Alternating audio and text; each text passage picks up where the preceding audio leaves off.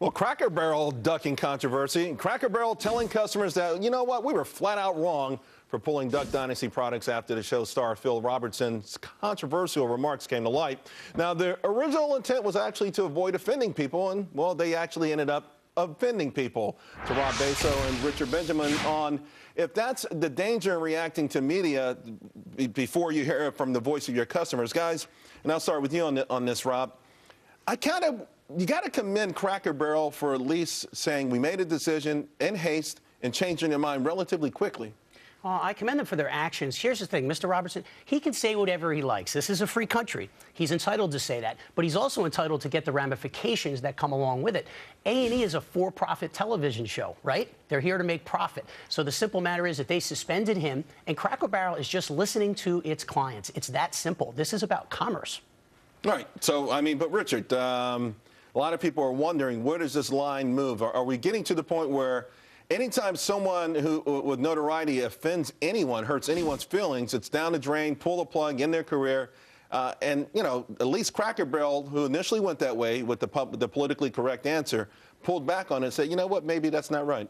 Yeah, I agree with Rob on this point. It is about the bottom line. And to me, the fascinating part about this is a divide between business conservatives and social conservatives. Business conservatives saying, will this hurt the bottom line? Will this hurt shareholder value? Versus their social conservative customer base.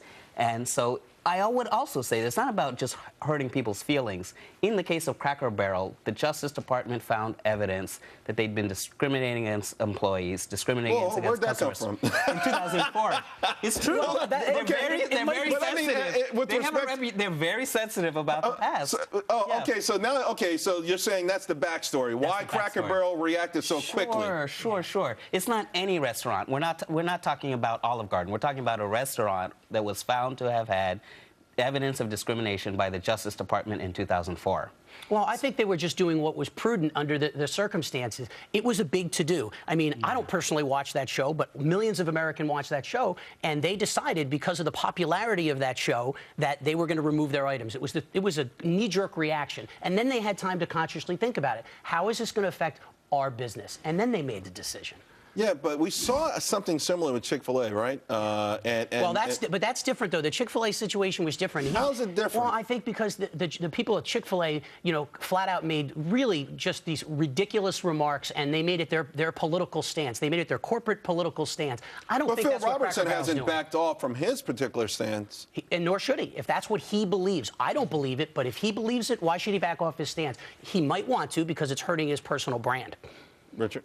I don't know that it's hurting his personal brand. I think it's helping it. A lot of people have rallied around him. I mean, the I Stand With Phil hashtag is, it came across my Twitter feed a few times. You speak to your base, you speak to your audience. I'm not sure it hurts his personal brand, but Cracker Barrel has to look out for its personal brand, and I think it's a harm in the long term, given how the South is changing its demographics. I don't think it's in Cracker Barrel's interest to be associated with those comments.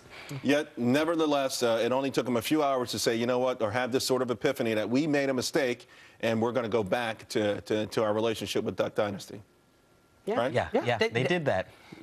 Which is interesting because, I mean, they've made that choice that they say this is where our bread is buttered, so to speak, and they've probably crunched some numbers, and that's the decision that they've arrived at. But moving forward, as the South becomes more diverse, as the Midwest becomes more diverse, we'll see whether that's a wise decision. Cracker Barrel, by the way, is in 42 states, so, you know, it's not just a Southern restaurant anymore. It's also, let's not forget A&E, though. Let's go back a second. A&E, I will be very shocked if they don't allow him back on the show. They're going to put the commerce before the politics, and they're going to have that man back on the show because it's a ratings boon for them. Oh, sure. I mean, it's the #1 show on cable. It's only going to become even more. I mean, a lot of people are going to be curious. This is the Miley Cyrus effect. This was the kind of advertising you couldn't buy with $1 billion, I don't think.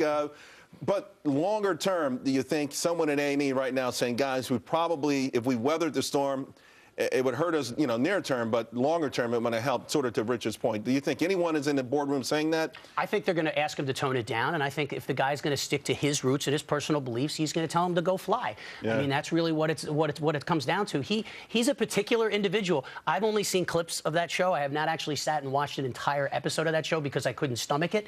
But the truth of the matter is, he has his opinion. He has the right to give it, and there's nothing wrong. Well, I got to tell you something. It does seem disingenuous disingenuous on A&E's part to say, wow, we didn't know the guy felt that way. Please, see, that's the thing, though. It's one thing to say you didn't know how Phil Robertson felt, but you do know Cracker Barrel's history. It's well documented, and so that's what boggles my mind. A&E knew exactly how this family feels. I believe that they did. All right, guys, fantastic stuff. Really appreciate it. Talk to you again soon.